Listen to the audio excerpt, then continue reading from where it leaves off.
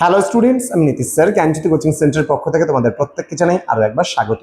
তো স্টুডেন্টস, আজকে আমি তোমাদের সঙ্গে আলোচনা করব এনইপি 4 ইয়ার আন্ডার গ্র্যাজুয়েট প্রোগ্রামের অধীনস্থ যে সমস্ত ছাত্রছাত্রীরা যারা নর্থ বেঙ্গল ইউনিভার্সিটি আন্ডারে বিভিন্ন কলেজগুলোতে তোমরা যারা 4th সেমিস্টারে পড়াশোনা করছো, তোমাদের কিন্তু এই বছর মেজর পেপার রয়েছে 7 বলে একটা পেপার রয়েছে সোসিওলজিতে। তাদের জন্য আজকের এই ক্লাসটি ভীষণ গুরুত্বপূর্ণ। চিপকো মুভমেন্ট নিয়ে কিন্তু আজকে আলোচনা হবে, যে চিপকো আন্দোলন সম্পর্কে বিস্তারিত আলোচনা আজকের ক্লাসটিতে। যারা এখনো আমাদের চ্যানেলটিকে সাবস্ক্রাইব করোনি তারা অবশ্যই চ্যানেলটিকে সাবস্ক্রাইব করে পাশে থাকা বেল আইকন অল প্রেস করে রাখো, যাতে নেক্সট টাইম থেকে কোনো ভিডিও আপলোড করলে তার নোটিফিকেশন তুমি সবার আগে পেতে পারো।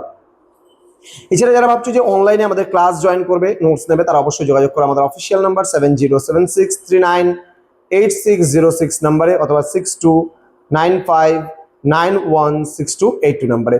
তোমাদের টোটাল কোর্স ফি রয়েছে তোমাদের এই সাধ্যের মধ্যে জাস্ট 1199 রুপিস পুরো সেমিস্টারে অল সাবজেক্টের কোর্স ফি।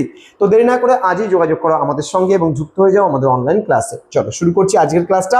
চিপকো মুভমেন্ট বা চিপকো আন্দোলন। দেখো, চিপকো কথাটা হলো জাপটে ধরা বা জড়িয়ে ধরা বা হাত করা। ক্লিয়ার? তাহলে চিপকো আন্দোলন কি? চিপকো শব্দের আক্ষরিক অর্থ হলো জাপটে ধরা। ঠিক আছে, কি জাপটে ধরা? এই দেখো, এই মানুষগুলো গাছগুলোকে জড়িয়ে ধরে রেখেছে, হাত করে রেখেছে, অর্থাৎ গাছগুলো কাটতে দেয়নি। ঠিক আছে, ওই চিপকে থাকা, চিপকো মানে কি? চিপকে থাকা বা জড়িয়ে থাকা বা জড়িয়ে ধরা বা জাপটে ধরা, এখান থেকে কিন্তু এই চিপকো কথাটি এসছে। 1970-এর দশকের শুরুতে উত্তরাখণ্ডের গাড়োয়াল হিমালয় অঞ্চলের বন রক্ষার জন্য কিন্তু এই অহিংস এবং স্বতঃস্ফূর্ত আন্দোলনের কিন্তু সূচনা হয়েছিল। যে ঠিকাদারদের হাত থেকে গাছ বাঁচাতে স্থানীয় মানুষ কিন্তু গাছকে জড়িয়ে ধরে প্রতিরোধ গড়ে তুলেছিল, যে যেমন করে হোক আমাকে গাছগুলোকে আটকাতে হবে, গাছগুলো যেন কোনো কারণবশতই মানুষজন না কেটে ফেলতে পারে। এই জন্য স্থানীয় আদিবাসীদের এই যে একটা আন্দোলন, সেটা কিন্তু পরিবেশ আন্দোলন ছিল এবং যা মানুষকে কিন্তু অনুপ্রেরণা জুগিয়েছিল। ওকে, তো এবার আন্দোলনের পটভূমির কথা যদি দেখি, দেখো এখানে তোমরা দেখতে পাচ্ছ যে কাঠের ঠিকাদার কাঠ কাটতে এসছে, এখানে দেখতে পাচ্ছি আমরা। কিন্তু এই স্থানীয় মানুষজন কি করেছিল দেখতে পাচ্ছ, এখানে গাছগুলোকে জড়িয়ে ধরে আছে, একদম মনে হচ্ছে গাছগুলো যেন বন্ধু বা আমাদের নিজস্ব কোনো কেউ, তাই না? কারণ এই এলাকার মানুষজনের যে পার্বত্য এলাকা আছে, এই হিমালয়ের পার্বত্য এলাকার মানুষজনের উত্তরাখণ্ডের একটাই কাজ ছিল যে এই বনজ গাছ থেকে বনজ সম্পদ সংগ্রহ করে সেখান থেকে তারা তাদের জীবিকাটাকে নির্বাহ করত। কিন্তু সেখানে কাঠের ঠিকাদার ব্যবসায়ী একের পর এক গাছগুলো কাটতে শুরু করলে গ্রামের মানুষজন সচেতন হয়ে যায় এবং তারা কি করেছিল, গাছগুলোকে আর নতুন ভাবে কাটতে দেওয়া যাবে না, যা কেটেছো কেটেছো, আর নতুন করে আমরা কিন্তু আর একটা গাছও কাটতে দেবো না বলে তারা কিন্তু আন্দোলনে সামিল হয়েছিল। ঠিক আছে, এখানে কি বলছে দেখো, আন্দোলনের পটভূমির কথা যদি বলি, হিমালয়ের পার্বত্য অঞ্চলে মানুষের জীবন সম্পূর্ণভাবে বনের ওপর নির্ভরশীল ছিল।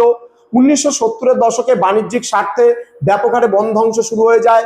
1970 সালে আলোকনন্দা নদীতে ভয়াবহ বন্যা দেখা দেয়, যা বন ধ্বংসের কুফল হিসেবে চিহ্নিত হয়। পরিবেশের ভারসাম্য রক্ষা এবং নিজেদের অস্তিত্ব টিকিয়ে রাখতে সাধারণ মানুষ কিন্তু রুখে দাঁড়িয়েছিল এবং তারপরেই কিন্তু একটা পরিবেশগত আন্দোলন কিন্তু শুরু হয়েছিল। এবার 1970-এর বন্যা এবং সচেতনতার কথা যদি আমরা বলি, এখানে তোমরা দেখতে পাচ্ছ পার্বত্য অঞ্চলের সমস্ত বন্যায় বাড়িঘর ভেসে যাচ্ছে, গাছ ভেঙে ভেঙে চলে যাচ্ছে, উড়ে উড়ে চলে যাচ্ছে। গাছ তো কেটেছিল, এবার গাছ কাটার ফলে কি মাটির উর্বরতা শক্তি কমে যায়, ফলে পুরো কিন্তু পার্বত্য অঞ্চলে ধস নামতে শুরু করেছিল এবং সেই বৃষ্টির ফলে কিন্তু যখন পার্বত্যের দু প্রান্ত থেকে ধস নামতে শুরু করেছিল, মানুষজন সচেতন হয়ে গিয়েছিল না, গাছ এইভাবে কাটা যাবে না।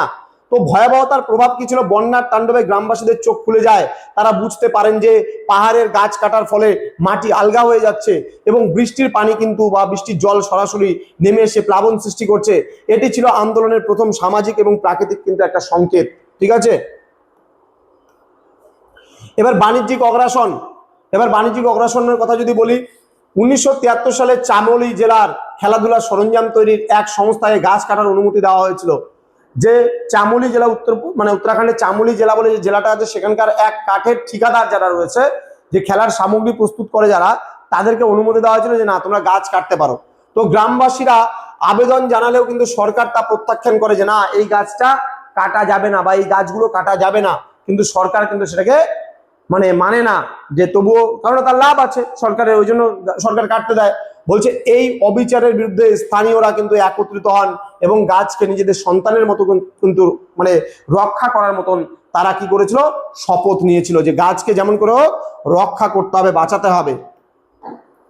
এবার আন্দোলনের প্রধান নেতৃত্বের কথা যদি আমরা বলি, সুন্দরলাল বহুগুণা, নামটা তোমরা আগেও শুনেছো।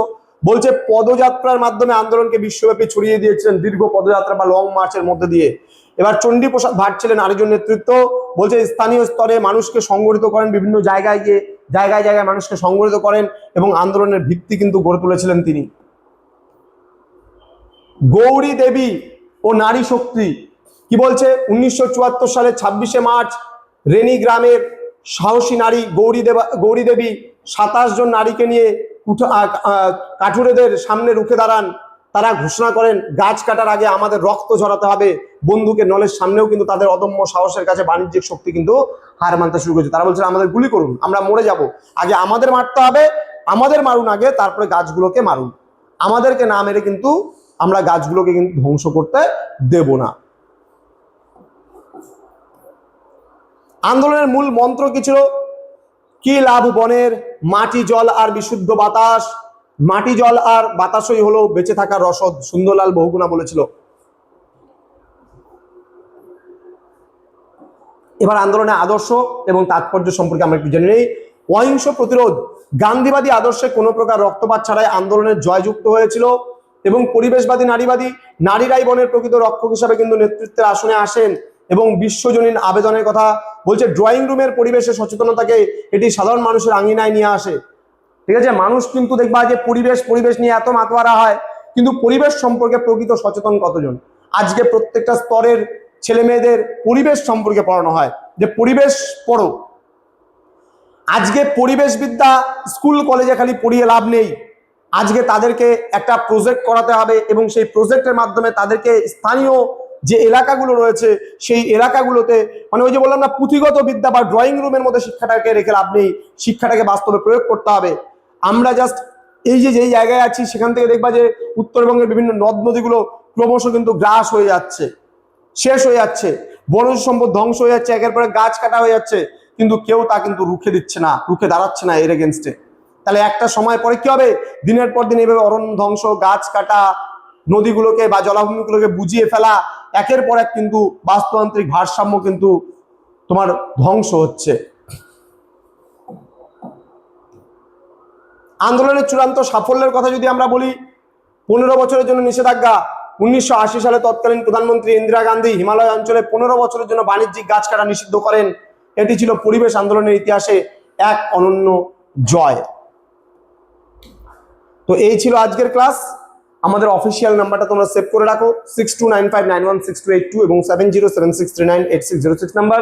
তোমাদের বন্ধুদের সঙ্গে ভিডিওটি শেয়ার করে দাও এবং পরবর্তী ভিডিওগুলো পেতে চাইলে অবশ্যই চ্যানেলটিকে সাবস্ক্রাইব করে পাশে থাকা বেল আইকন অল প্রেস করে রাখো। দেখা হচ্ছে খুব তাড়াতাড়ি আরো একটা নতুন ক্লাস নিয়ে। তোমরা প্রত্যেকেই ভালো থেকো, সুস্থ থেকো। Thank you so much, thanks for watching after all, thank you.